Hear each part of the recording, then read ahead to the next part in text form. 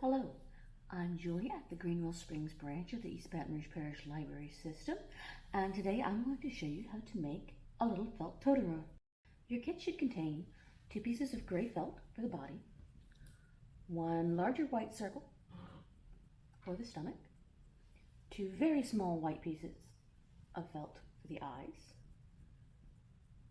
a length of gray embroidery floss, a length of white embroidery floss, and a length of black embroidery floss, a packet with 2 embroidery needles,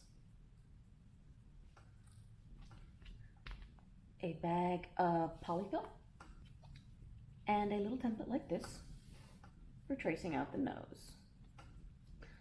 There will also be a very tiny packet of glue. From home you will need to provide a pair of scissors and a pen or pencil or other marking tool.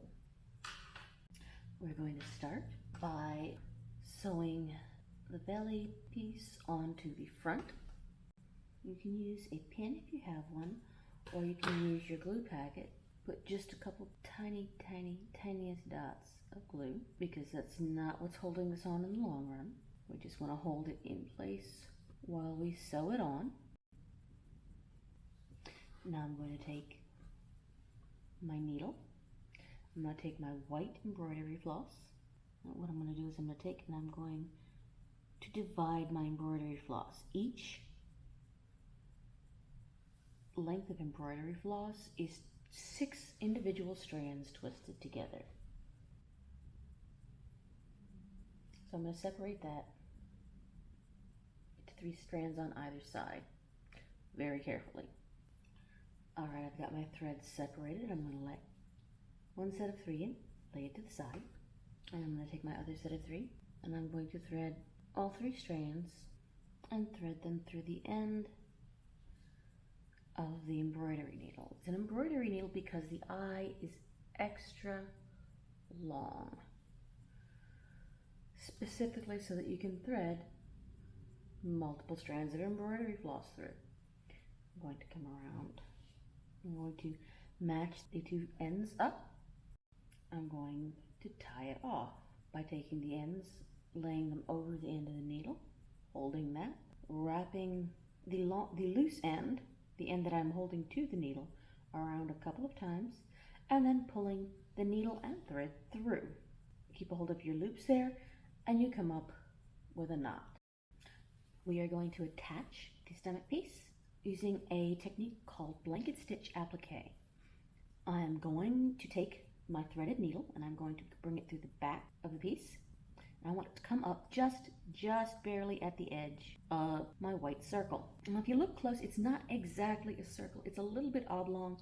You want the wider part toward the bottom. But I'm going to pull my thread through to the knot. I'm going to come down, and this is how big I want my stitches to be. Bring that through. I'm going to leave a loop because I'm going to come back up right at the same spot as before. I'm going to be going this way around the circle. So when I'm pulling my thread through, while there is still a loop, I'm going to pass my needle through that loop, going the opposite direction from which direction I'll be stitching. And so I've got a little knot there. So now I'm going to take my needle and go a little farther over, go in the same distance, come out the back, right at the edge, pull it most of the way through, but send your needle through that loop, going the opposite way before you pull it tight. And you want it getting a loop like this.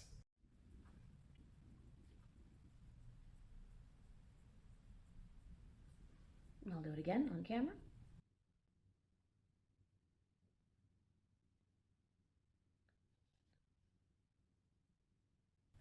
And I'm going to send my needle through before I pull it tight, going the opposite direction. All right, I'm going to just continue to sew around my circle, and I will be back with you as soon as I'm done. All right, I'm back, and as you can see, I've sewn all the way around my circle except for this last stitch here.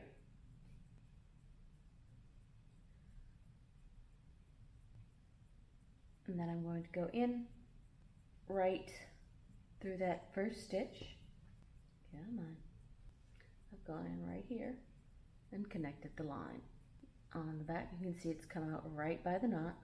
I'm going to go through and use that knot to tie off my thread. Go through it a couple of times.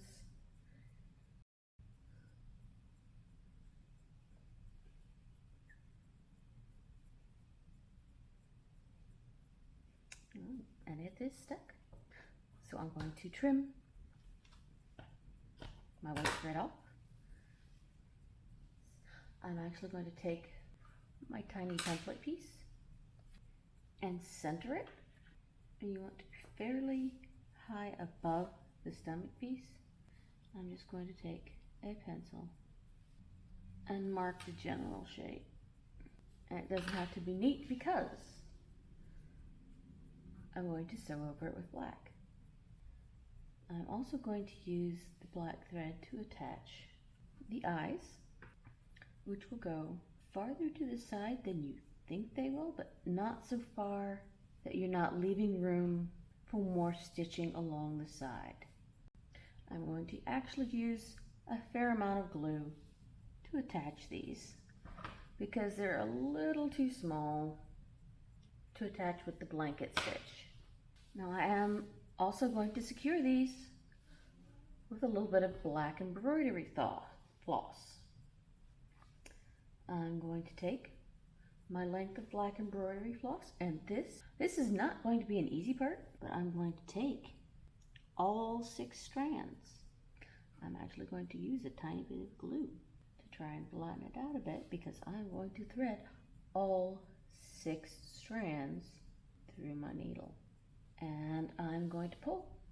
I'm going to create the same knot that I did with the white thread by matching the ends, laying them across the eye of the needle, pinching, wrapping, pulling those wraps tight, and pulling the needle through the loops. And voila, a knot. Speaking of knots, we are going to use a technique here called a French knot. What we're going to do is we are going to come up and we are going to bring our black thread up through the center of the eyepiece. I'm going to take, here's my needle, here's the point. I'm going to lay it right next to here, or I'm going to set it right next to here. I'm going to wrap that thread that is coming out from the felt around the tip of the needle 2 or 3 times.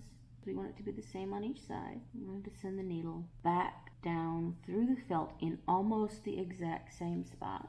And I'm going to pull my needle through, and I'm going to pull that tight. And that is a French knot. If you want smaller blacks, you'll only want to do 2 wrap. Now, you only want to wrap it around the needle twice. For the nose, we are going to do a satin stitch. And I'm going to take my little outline that I've traced, go to the far side, and I'm going to come up and I'm going to go all the way across. I'm going to go up 1, and you can see I'm coming out. This is where I went in. I'm coming out very nearby, but not precisely where I went in. And you don't just want to go back and forth because then you just wind up with a bit of a knot. This happens because his nose curves up just a little. And I'm going to come out again on the other side. Come out on the same side that I went in, but further down on the other side of that first stitch. And I'm going to go across and in. I'm going shorter because I'm going to be making a little triangle here. You lost an eye. That's okay. You can put it back on in a minute. Now, if you like, you can attach both the eyes first and then do your satin stitch nose. I just like the fact that doing it this way makes it a little neater. We get the eye going across the nose, do the nose, go across the eye. No big cross stitches. Go in more, and I'm just tapering the nose down until it looks right. And that is too far down. I came out too far down, so I'm backing up a couple stitches, which is easy to do on felt because you can pull it through from the back, and the needle will pass through fairly easily. But you want to not leave any gaps in your satin stitch. I've got his nose in a place where I like it, and I'm going to come up through the middle like so, and I'm going to wrap 1, 2, 3, bring it close. And we have his face. I'm going to come around the back, send it just under that loop, make another loop, tie it off, and snip. Alright, I've done the same thing with my gray thread as I did with the white, separated it into 2 sets of 3 strands, threaded 3 strands through my embroidery needle, and knotted it at the end. I'm going to take, and I'm going to start creating this little V's. I'm going to start with the center one on the bottom row. I'm going to go in, I've got my thread knotted in the back, but I'm going to go in, I'm going to go across, pull it most of the way through, and then I'm going to come in just above in the center. I'm going to slide under that loop and go back in pretty much where I came out.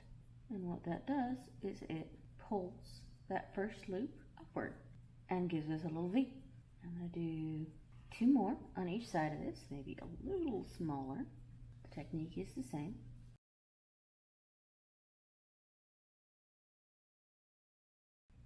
And I'm just going to keep doing that for all 9 of the little V's. Alright, I've got my little V's sewn on. My decoration is done. It's time to sew them together. I'm going to go and I'm going to flip the front piece over.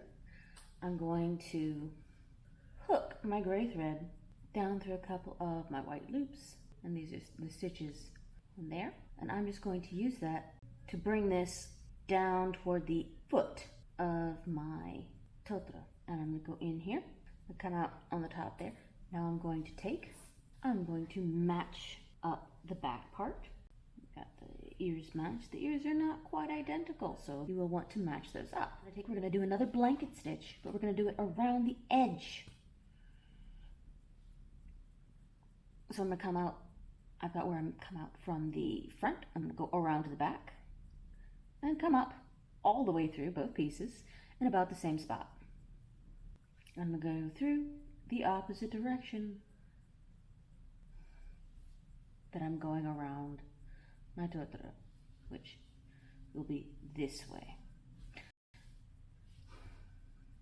So I've done that, and now I go over in through the front, backwards through the loop, and pull.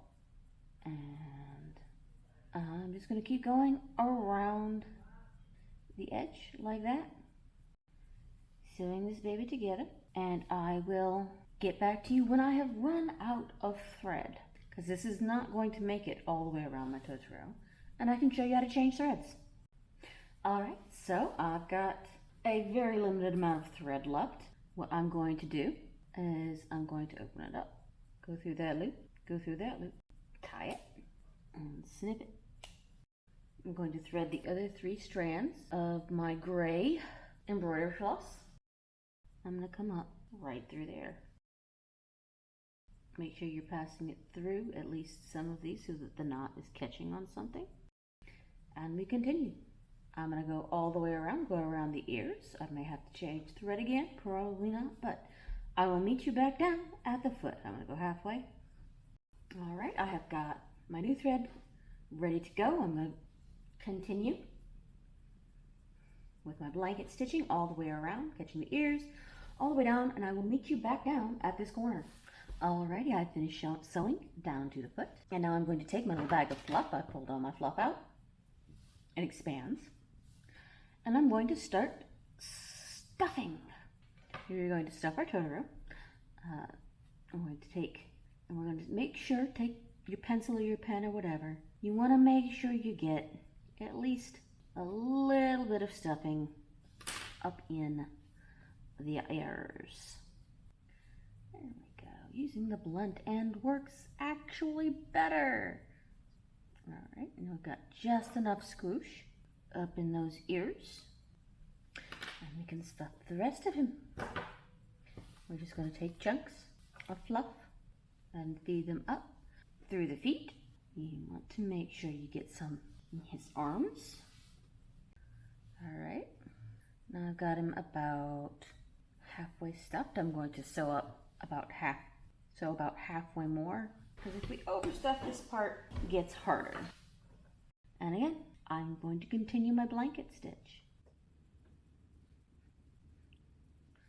And the reason I'm going ahead and doing it now rather than wait until it's entirely filled is that the last bit of stuffing should be done with a smaller hole so that you're not overfilling or underfilling, because it'll give you a better idea of how the feltie is actually stuffed. You can see it kind of looking a little more stuffed as the felt wraps around the bottom. So now that we've only got a little hole left, I'm going to squish them around, get the stuffing a little more evenly distributed. Make sure the arms still have stuffing. And I'm going to put a little more, making sure I come over and get this foot. You do not have to use all of the filling that has been provided. Just stuff him until he's just the right level of squish. All right, and now I'm going to close him up. Still just finishing out with the blanket stitch. Sliding in right near that very first stitch. Sliding through. I'm going to make a little knot here. I'm going to push the needle through that knot and through the feltie and out most of the way through the other side. Pull till the knot kind of tucks itself in. Squish, snip, and then I pull that corner back out and the thread tail disappears inside of our feltie. I'm going to redistribute the fluff a little so get some fluff down in that last foot. And there we go. Your very own Totoro.